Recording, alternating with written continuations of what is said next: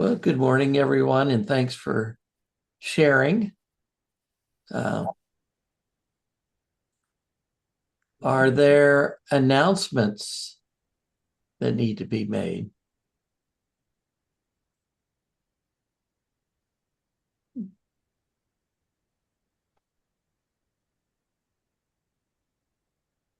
Okay, how about joys and concerns to share?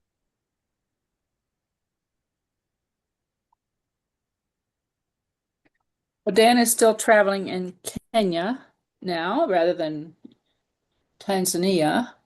He arrived at the home of a foreign exchange student that he had living here at this house was a Kenyan years ago, and now Dan he's been our host the times we've gone to Nairobi. We stay at Alex's house, and it's just kind of a turnaround um, arrangement from him being Dan being the host to him, and he's now being a host to Dan. So he plans to meet up with the rest of the family again this afternoon, and well, I guess it is afternoon there, and they'll do some things in Kenya for about 3 or 4 days before they start home. Should be home Friday.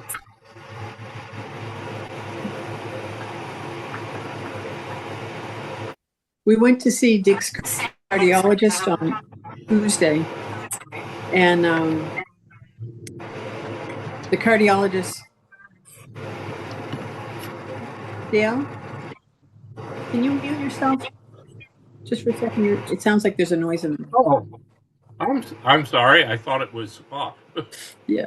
So we went to see Dick's cardiologist on Tuesday, and he suggested Dick get a heart a pacemaker, and Dick doesn't really understand the concept or what it's for, and I'm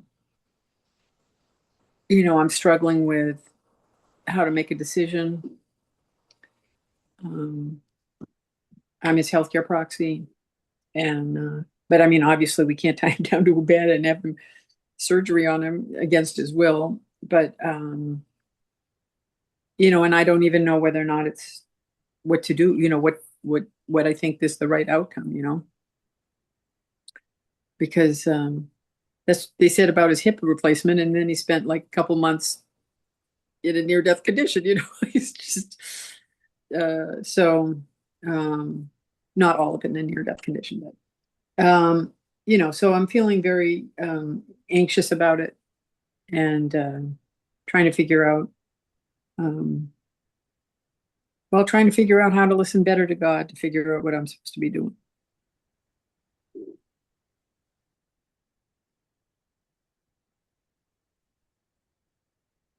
I have a friend in Surprise, Arizona, and recently she has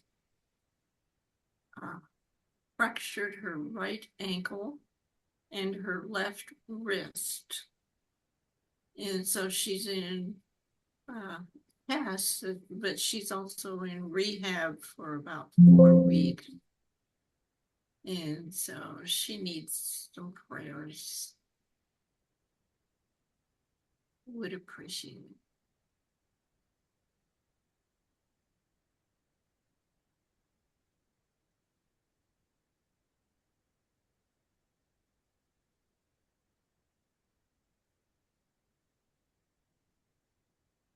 Well, enjoys a joy I've had this week. Well, we've had the last couple of weeks, is we have two families that come and visit us regularly throughout the day. One, a family of geese with their goslings. They come right up to the patio. My goofy wife has all kinds of bird feeders out there. And so they come out and get the leftover seeds, and sometimes she throws seeds to them. And then we have a family of ducks, and the ducks have become even bolder. I was sitting out there reading the other day, and they came right up by my rocking chair to get the loose seeds and just look at me. And it's silly, but it was just kind of nice to have these pretty animals walk up and act like, oh, this is our place too, and we'll just hang around with you for a while in the sun on the patio. And the cat, Jaxie, he so far just leaves him alone when he's out there with me. Of course, I think the geese could take him. But it's just a pleasant sort of thing. And I was just looking out now, and the geese were all up here with the goslings, and a chipmunk joined them. So it's just kind of sweet. It brings joy to me, anyhow. And me.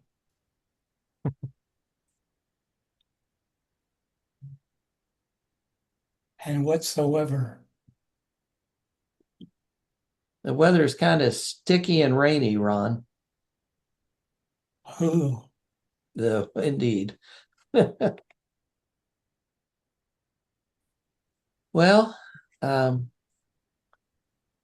let's hold all these concerns in our hearts and lift them to God in prayer and rejoice in the joys that come into our lives as well. Chip's our worship leader this morning, and he'll speak out of the silence as he feels led.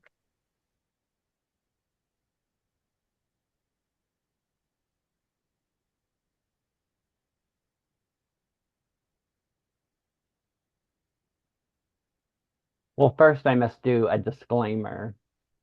I ran this by Troy, and he thought I had too much funny stuff in it. And he also thought that it was a lesson, not a message. So I do apologize, but sometimes I just can't help myself.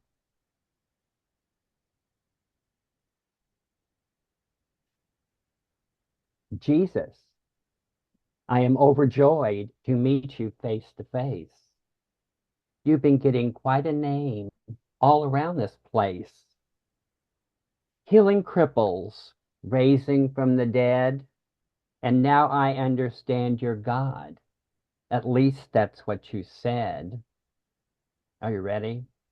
So you are the Christ, you're the great Jesus Christ. Prove to me that you're divine. Change my water into wine. That's all you need do, and I'll know it's all true. Come on, King of the Jews. Good morning, friends. Your musical ministry was brought to you today by Andrew Lloyd Webber and Tim Rice from their musical Jesus Christ Superstar. Now, a funny thing happened this month when I was working on my message today. You see, I always ask God to send me a sign, through movies mostly, that I can make the center of my message. It was Sunday evening, and we had just had unprogrammed meeting that day. Now, I always record the Sunday morning church service from the I-Town Church located here in Indy. Well, I poured myself a glass of Chianti, and I turned on the service.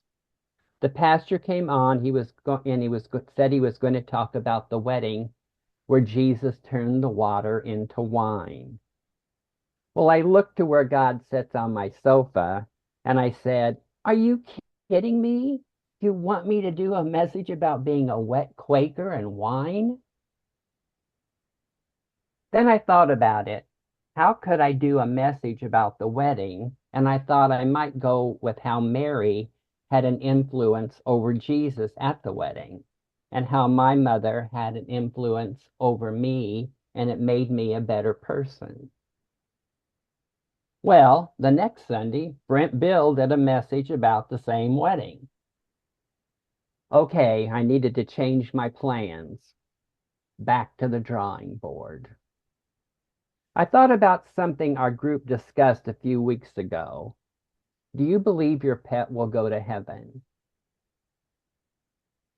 I Googled and asked what the Bible had to say about animals being in heaven, and this is what came up. Your scripture for today comes from Proverbs 12:10.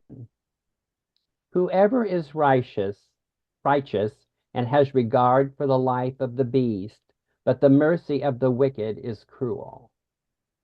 Now, I really had no idea why that was so important to my question, and I wasn't sure really what it meant. So once again, I went to Google and got the information. Proverbs 12:10 underscores the righteousness of caring for animals, contrasting it with the cruelty of the wicked. The verse suggests that the righteous peoples values and respect animals' life, implying that such comparison aligns with the divine principles. If God values the lives of animals and expects us to show mercy toward them, it is reasonable to think that he would extend his care to them in the afterlife. This verse reflects the broader biblical principle of stewardship and kindness towards all living creatures, which can be interpreted as a reflection of God's broader plan, including the possibilities of animals being part of his eternal kingdom. Well, there were several messages from the Bible that talk about animals that could be in heaven. But if I thought, well, if I use all these, it's going to be a Google message. Well, I found in my research that several religions believe animals are in heaven and others do not know for sure. Please note, I've picked 5. There are over 10,000 religions in the world today. My personal view is that all animals go to heaven. I mean, all of them. And yet, as I say this, I wonder, are there dinosaurs in heaven? I take thou shalt not kill literally and do my best to not kill anything. If a bug is on my porch, I do my best to catch and relocate. I never kill them. It worries me when I move things for Brandon to mow the yard. I wonder if the ants will be able to make it back to their home. And of course, I've been a vegetarian for 40 years, but that's yet another message. I seem to have a better bond with animals than I do with humans. Now, I have a lot of pets through the years, and it's interesting that they found me. They seem to show up and say, "Here I am. Do you remember me?" Or I open the door and they just come in. Now, if I die and go to a place where there are no animals and birds, I will know I have gone to the first circle of hell. Well, that is just how I feel. And of course, I have no proof. But when I do, I'll sure try to get back and let you know. Now, on what I have discovered. The Catholic Church teaches that animals have a place in God's creation. Animals have mortal souls, but may be part of God's resurrection creation. Some theologians suggest that pets may be part of the afterlife due to their bond with humans. Although the concept of animals in heaven is more a matter of personal belief than the official doctrine. Pope Francis expressed his compassionate view toward animals when he said in 2014, "Paradise is open to all God's creatures." Islam teaches that all creatures praise Allah in ways humans cannot fully comprehend. Animals form communities and nations as humans do. Animals will be resurrected on Judgment Day. Some scholars hold that the belief pets may be reunited with their owners in heaven. Islam holds animals in high regard. Muhammad spoke often about the proper treatment of animals. One well-known story tells of a woman who was condemned for imprisoning a cat without food or water, while yet another describes a man who was forgiven his sins for giving a thirsty dog water. Throughout the teaching of Islam, it says that after death, animals will be gathered together by God and they will be judged They will not be judged like humans. Many Islamic scholars believe that animals do actually express their praise of God in their own way, and that our lack of understanding keeps us from fully appreciating the spiritual reality. Hinduism believes in animal souls and reincarnation. Hindus believe all living beings possess an eternal divine soul. Animals on the same spiritual journey as humans through the cycle of rebirth. As the soul evolves through many lifetimes and many forms. Several deities are closely associated with animals, and the principle of nonviolence extends to all creatures. Of all the world's major religions, Hinduism may offer the most expansive and affirming view of animal souls. At its core, Hindu philosophy teaches that every living being, from the smallest insect to the largest elephant, possess an eternal and divine soul. This means your pet soul is, in the deepest sense, on the same spiritual journey as your own.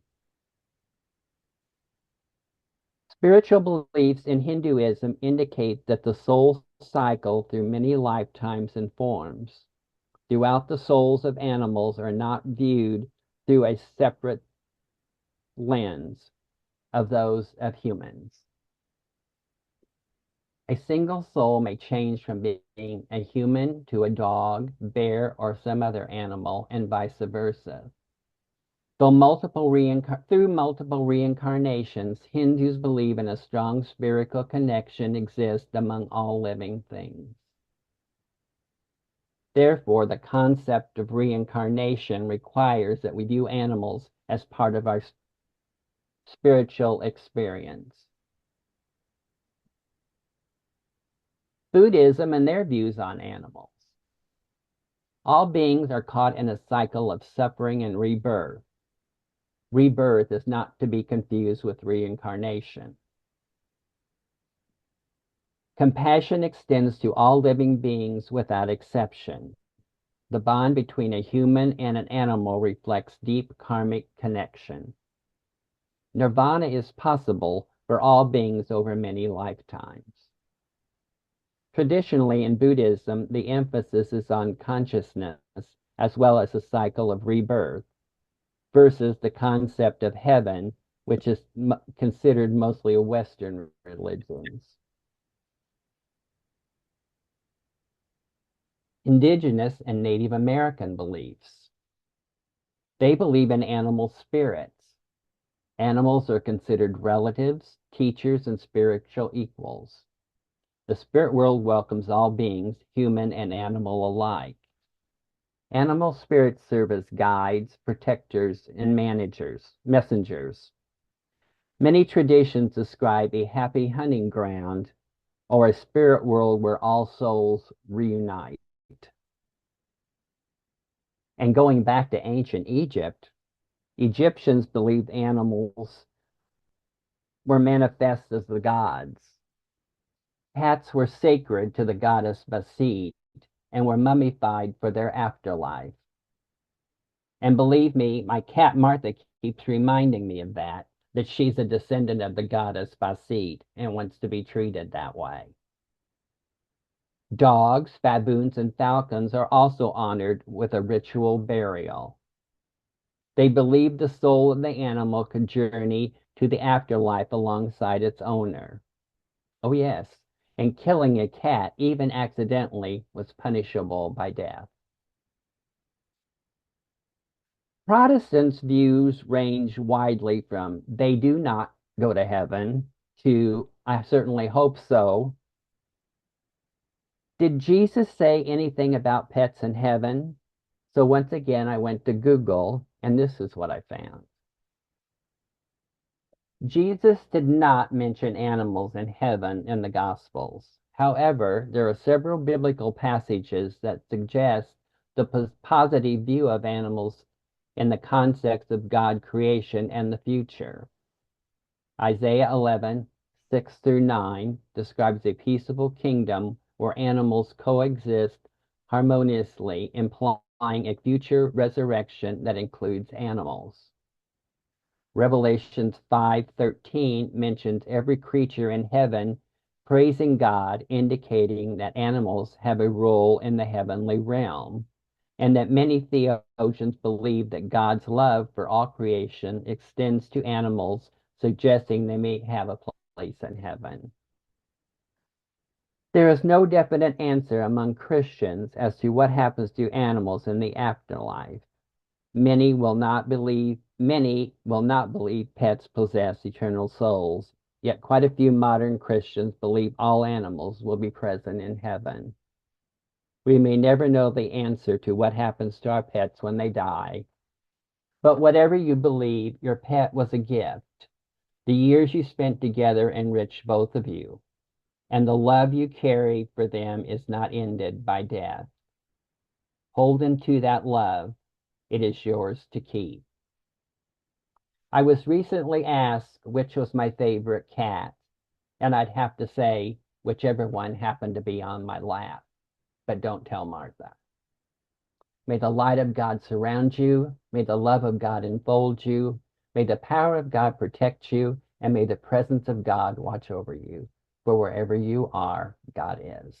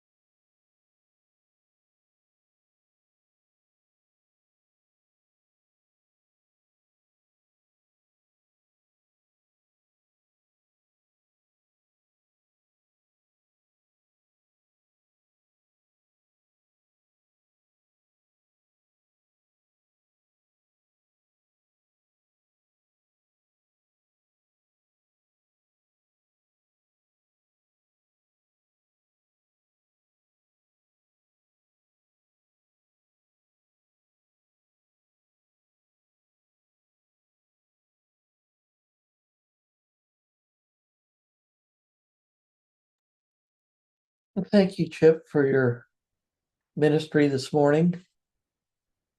The geese evidently know it's end of worship, program worship, because they're waddling off, but the ducks have come for unprogrammed worship. So they're gathering on the patio now. So we know some folks need to leave. So we wish you Godspeed in the coming week and God's protection and blessing. And those of us who can stay will continue with additional unprogrammed worship. Thank you, Chip. Thank you, Chick.